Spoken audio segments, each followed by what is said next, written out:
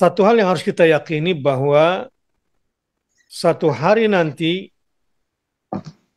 kita pasti akan diperlihatkan yang namanya Al-Jahim, yaitu neraka di mana apinya menyala-nyala dari dasarnya sampai ke permukaannya.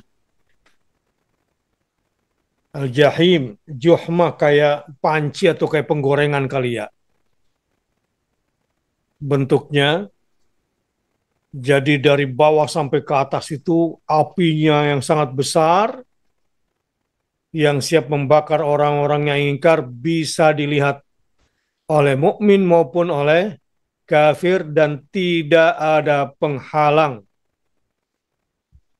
Tidak ada orang yang menghalangi orang lain.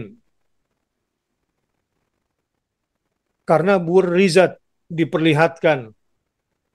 Jadi kita nggak akan sulit melihatnya. Tidak ada sedikit pun penghalang. Betul-betul dinampakkan. Nah, kalau Bu Hamka tadi agak detail ya. Takut tetapi mata tidak lepas tertuju pada sesuatu yang sangat agung dan besar itu. Takut, tapi ya begitu besar peristiwanya sehingga kita tidak bisa menoleh kepada yang lain dan diperlihatkan berizat. Orang beriman tentu dengan hatinya yang tenang, yakin karena memang sudah diberikan berita gembira kepada mereka bahwa mereka tidak akan seperti yang bernasib naas pada hari itu. Tentu bisa melihat namun tidak dihantui ketakutan. Nah, yang pasti masuk itulah walau dia tutup matanya tapi sebentar lagi dia buka lagi. Dia tidak akan pernah bisa mengelak dari peristiwa itu. Nah, gambaran itu juga digambarkan di dalam surah Al-Fajr. Ya, digambarkan di surah Al-Fajr. Waji'a yawma idzin bijahannam. Pada hari itu didatangkan neraka jahanam. Yauma yatadzakkarul insanu wa anna lahu dzikra. Pada hari yang sangat besar itu manusia sadar, ingat semuanya tentang apa yang pernah dilakukannya dahulu. Wa anna lahu dzikra. Tapi sudah tidak ada gunanya. Telat, sudah terlambat. Ingat pada hari itu tentang kesalahan. Ini pada ayat 23 digambarkan seperti itu di dalam surah Al-Fajr. Dikuatkan tentang kesadaran yang tidak ada lagi manfaatnya. Karena sudah diperlihatkan di depan mata. Itu yang pertama. Hidayahnya yang pertama, jadi kita harus yakin tidak akan ada penghalang antara setiap mata yang mau melihatnya. Dan tidak seorang pun menghalangi yang lain. Banyak manusia pada saat itu, tetapi terlalu besar dan terlalu mudah untuk dilihat. Tidak ada penghalang. Nah, pertanyaannya selanjutnya adalah, untuk apa itu diperlihatkan? Tentu untuk menambah rasa ketakutan dan penyesalan yang sangat bagi orang-orang kafir. Namun, sebaliknya buat orang beriman, apa fungsi diperlihatkan, Burizat diperlihatkan bukan melihat, apa fungsi diperlihatkannya neraka untuk orang beriman? Kalau buat orang yang kafir tentu manfaatnya untuk menambah ketakutan. Permulaan penyesalan yang sangat menyesal bagi orang kafir. Nah, sekarang bagi orang mukmin diperlihatkan adalah sebagai bentuk keutamaan bagi mereka bahwa bisa selamat, ini belum masuk surga nih, bisa selamat dari neraka itu aja sudah permulaan surga. Jadi di sini ada keutamaan buat orang-orang yang beriman. Kalau untuk orang-orang kafir sudah dihantui rasa ketakutan dan penyesalan yang sangat, maka berbeda halnya. Orang-orang beriman dimuliakan ketika diperlihatkan kepadanya neraka. Kenapa? Karena bahagia, nggak masuk ke situ dan tidak akan masuk ke situ. Padahal belum masuk surga, terbebas dari neraka aja rasanya sudah permulaan surga. Itu poin hidayah yang bisa kita ambil. Yang ketiga, hidayah yang bisa kita ambil dari ayat itu adalah bahwa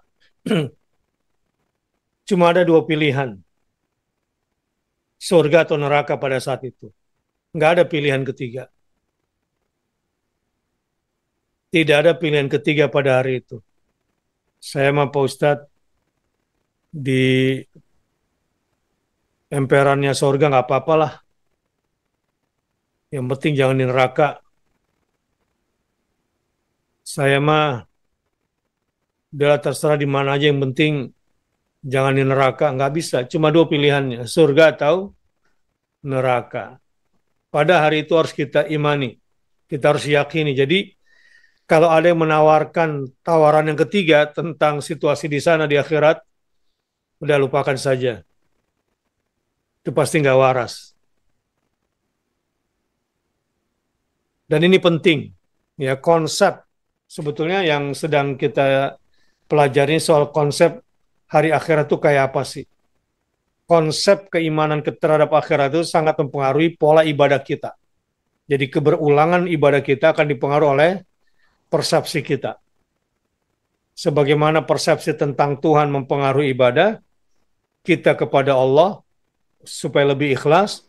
Nah, ketika sudah punya konsep neraka, konsep akhirat, bahwa di akhirat tidak ada pilihan ketiga, itu mempengaruhi juga cara ibadah kita di dunia ini supaya berorientasi ke akhiratan.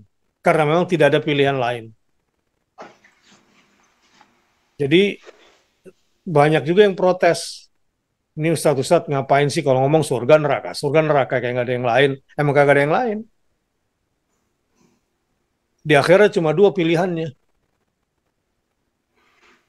Cerita yang lain kayak nggak ada, cuma dua. Hatta kamu bikin film, apa filmnya? Perjalanan bahagia menuju neraka. Silakan. Tapi nggak akan ada yang bahagia menuju neraka itu. Nah ini walaupun berusaha untuk digambar-gambarkan bahwa neraka itu sesuatu yang hebat, ada yang berusaha untuk menggambarkan dalam games anak-anak, mungkin ibu-ibu nggak pernah lihat. Tapi games anak-anak ada. Games itu apa? Perjalanan mencapai puncak neraka dan menang. Dan dia happy. Kenapa?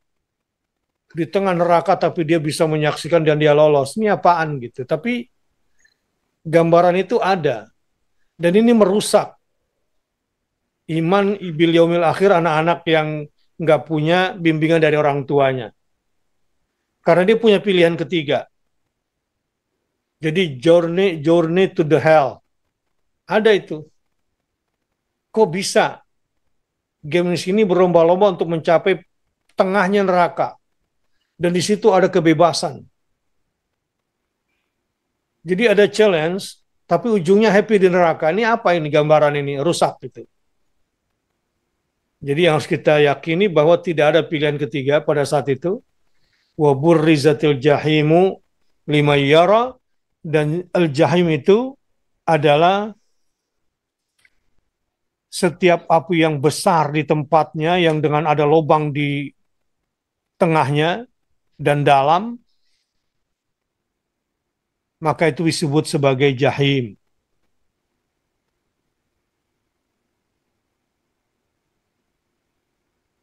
Kalau memang cuma dua pilihan, maka setiap kita itu sudah tercatat di sana.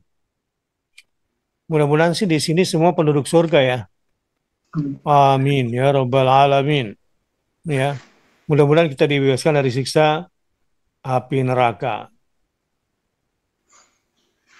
Selanjutnya, yang keempat,